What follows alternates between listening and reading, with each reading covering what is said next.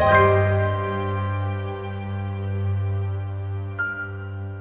had this show called American History 101, and this followed Bloodlines about a year later. And what the installation was about, and it was Sophia Louisa Works, that was my rep and the organization that I supported the installation. So it was, American History 101 was to revisit America's history and to, as a part of Bloodlines, talking about our family lineage and how we're interrelated because of, our American legacy and slavery and so forth. American History 101 was to go over the basic points about that journey. So I had pieces that talked about the founding of America, subjects of the Civil War, slavery, Native American history, and in-depth aspects of each one of those events in history. So this piece was a part of that show, and it was it's a blackboard on the American presidents. And so following the election of President Obama, and in conjunction with this exhibit, I decided to look at all of the presidents and find out what their position was on slavery. Now, I had a lot of different shows going on at the time, so I sent out the call out for friends to come and help me. So I asked people to, like Lenora and other people, to help me do the research and pull together. So this is a collaboration on some level, because I had like 50 people come and go in the process of making Bloodlines and American History 101. So it starts here with presidential views towards civil rights and slavery. So this is just a short little summary. George Washington, first American president, owned 317 slaves. And this is kind of what his attitude was, or his treatment was, towards slaves. Especially harsh towards his slaves, whipped, chained, and sold slaves during lifetime. He has dentures that were made of teeth pulled from slaves, exchanged molasses and run for slaves. And in contrast to the mythical story of Washington chopping down a cherry tree and confessing his act was with the famous line, "I cannot tell a lie." He was the first to cover up his misdeeds from the public. One of these presidents, are you suggesting, owned slaves? 12 of them owned slaves, but this is all the U.S. presidents all the way to Obama. Oh, I see. Number 45, now I actually have to extend this because that was 44. So, okay, for example, George Washington, number 1, owned 317 slaves. John Adams, quite interesting, owned no slaves. If he owned no slaves, he was definitely not in total acceptance of slavery, because as you see here, following the slaves, following presidents owned this. So Thomas Jefferson, so John Adams, number 2, owned no slaves. Thomas Jefferson owned 237 slaves, the president number 3. President number 4, James Madison, owned 118 slaves. President number 5, James Monroe, owned 7 slaves. President number 6, John Adams, owned no slaves, but Andrew Jackson owned 200 slaves. President number 7, President number 8, Martin Van Buren owned 1 slave. President number 9, William Harrison, owned 11 slaves. President number 10, John Tyler, owned 70 slaves. James Polk, president number 11, owned 24 slaves. Zachary Taylor, president number 12, owned 145 slaves. Millard Fillmore, president number 13, owned no slaves. Franklin Pierson owned no slaves, but James Buchanan, president number 15, owned 2 slaves. And then president number 16, Abraham Lincoln, owned no slaves, but followed by him, Andrew Johnson, owned 8 slaves. So Ulysses Grant owned 5, Rutherford B. Hayes, president number 19, anti-slavery, and this is about where it breaks off right here. But there's other positions about presidents and how they were with blacks after slavery. So you have Franklin Delano Roosevelt opened new opportunities for blacks. William Harding, president number 29, had ties with the Ku Klux Klan. Well, I wonder what his position was towards blacks. So forth and so on. And so you go all the way up, John F. Kennedy, Lyndon B. Johnson, Gerald Ford, but we end up with 2 feet, because here we have blacks walking through history 1 foot at a time, through all the presidents, through all the Civil War, through all the civil rights, all the way to the election where we land on 2 feet, because now we have a president in the White House. That's just something I wanted to give some sort of a symbolism to. And then there's a little bits of history in between that happens, you know, for blacks, emancipation and so forth. And what is the writing the dates are more specific? Well, here, 1831, Nate Turner, slave rebellion in Virginia. Starts here with the Egyptian. So we start with early black history or African history. But we have 1793, Eli Whitney cotton gin and revitalizes southern plantation economy and so forth. Civil War, 1861 and 1865, right around here. Emancipation, 1863, 1865. And then, so these, Dred Scott, 1857. So these are major events, 1900, Harlem Renaissance, etc., etc. What do you think it means about them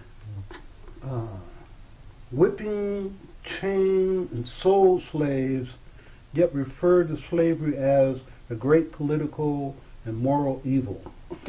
Isn't that the irony is that I own slaves, it's evil, but yet I own them. Mm-hmm. So I don't know. And that was John Adams.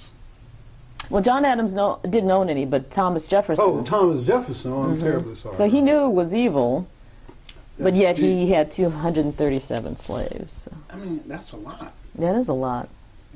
Well, my ancestors owned over 400. Really? On what side? Well, both sides. Well, the 400 was on my mother's side.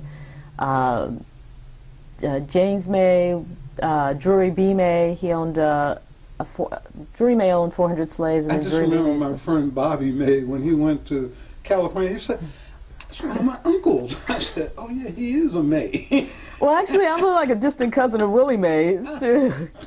And then I just met an cousin online who said he's researched the maternal family line all the way back to the Pharaohs. Really? Yes. Where is he at? He's in Los Angeles. We'll have to interview him. I just met him through Facebook.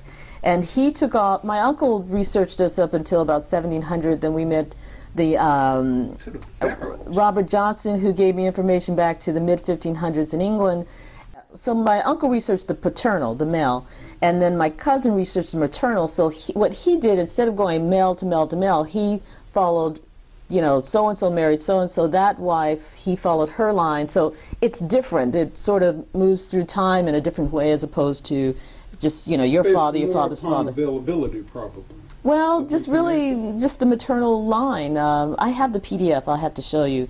But it means like, so instead of just saying, so I would research, say, my great-grandfather and my great-grandfather's wife. So my great-grandmother, I'd follow her line for a while, and then maybe I'd jump back over and follow the paternal line. So it's a little more zigzag as opposed to straight lineage. So with that, he was able to go back further, which included one of the pharaohs, Joan of Arc, I'm supposedly be the descendant of, and a few other names. Joan of Arc? Joan of Arc. It kind of seems appropriate, doesn't it?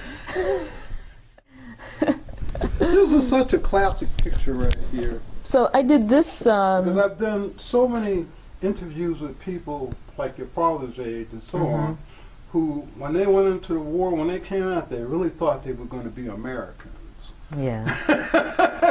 To be sadly disappointed. I agree. But they really thought, yeah, I'll go fight and I'll be a real American. And what? And heroism. African Americans in the Civil War, valor and heroism. We would not have won the Civil War without our people there. We would have definitely lost. This is my #1 seller right here, though. Well, I made the first one prior to the election of Obama because it's significant. Even before he won, it was significant that he was running and that he had a great chance of winning. So it's called Trailblazers, and there's a lot of African American trailblazers, and this is not to say that any of the others are any less important. I just started with these three men, Frederick Douglass, Dr. King, and Obama, and their quotes, because the narratives of each one of these men have been inspirational in our journey. President Barack's speeches really rallied the country together and excited people and brought us to, you know, brought us around and inspired about our country again. So here you have a mixture. You have Frederick Douglass, if there's no struggle, there's no progress. We have Upon Whose Shoulders We Stand, another Frederick Douglass. Dr. King, I Have a Dream, Dr. King. We Are the Ones That We Seek, President Obama. What's a couple of his slogans? We ought to do something like this, Brad. Well, here are A couple some. of his. Change will not. Oh, you started ahead, huh? Change will not come if we wait for some other person or some other time. We are the ones we've been waiting for. We are the change that we seek. President Barack Obama. And it is that promise that 45 years ago today brought Americans from every corner of this land to stand together in a mall in Washington before Lincoln's Memorial and hear a young preacher from Georgia speak of his dream.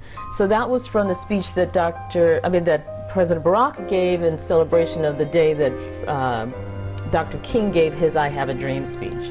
So you have sort of a mixture of both of those speeches. Here's another one by President Barack.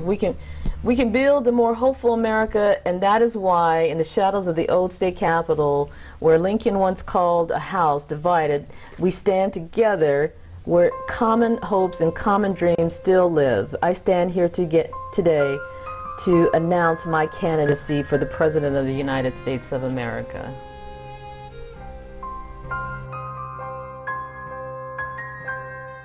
So, this is what? Are these people that you know? No, this is Renty. This is a famous image of a slave, but it's abstracted. Here you can see, this is what he looks like normally right here. That's him without being distorted. Oh, that is different. What's his name? His name is Renty. Renty. He's a slave, part of this portrait series that this famous professor had a photographer shoot to support his lecture that Africans were inferior. So he had them photographed. This is his daughter here. That's Delia. Is it? Yeah, I gave her Cool. the face. This is such a fantastic look to me.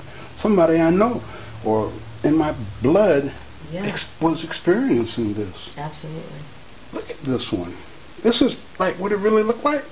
Yes, yes. I just can't even. I just overlaid I figured there's a store somewhere in the slave area where somebody's selling this stuff. You know? They have it in some museums. Like, yeah, this is the latest one. His daughter. So here she is straight on. Ah. That's her without the distortion, and this is her in profile.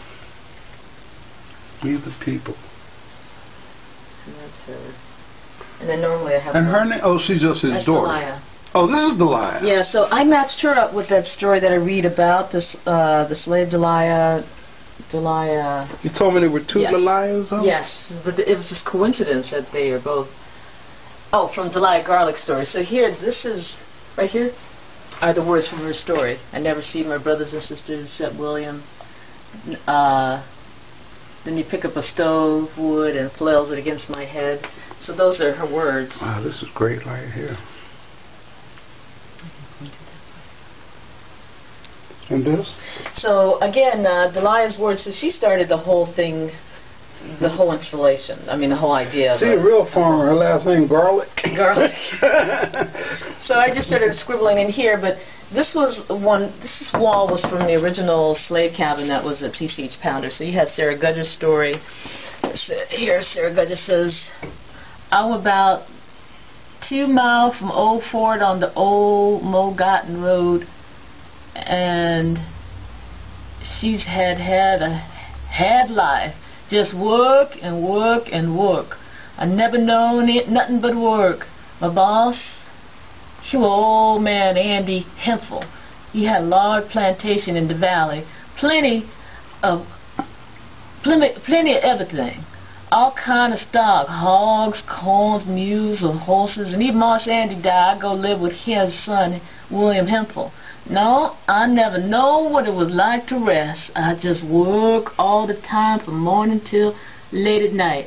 I had to do everything they want to do outside. Work in the field, chop wood, hoe corn till sometime I feels like my back sorely break. I done everything except split rolls or rails. You know, they split rails back in them days. Well, I never did split no rails.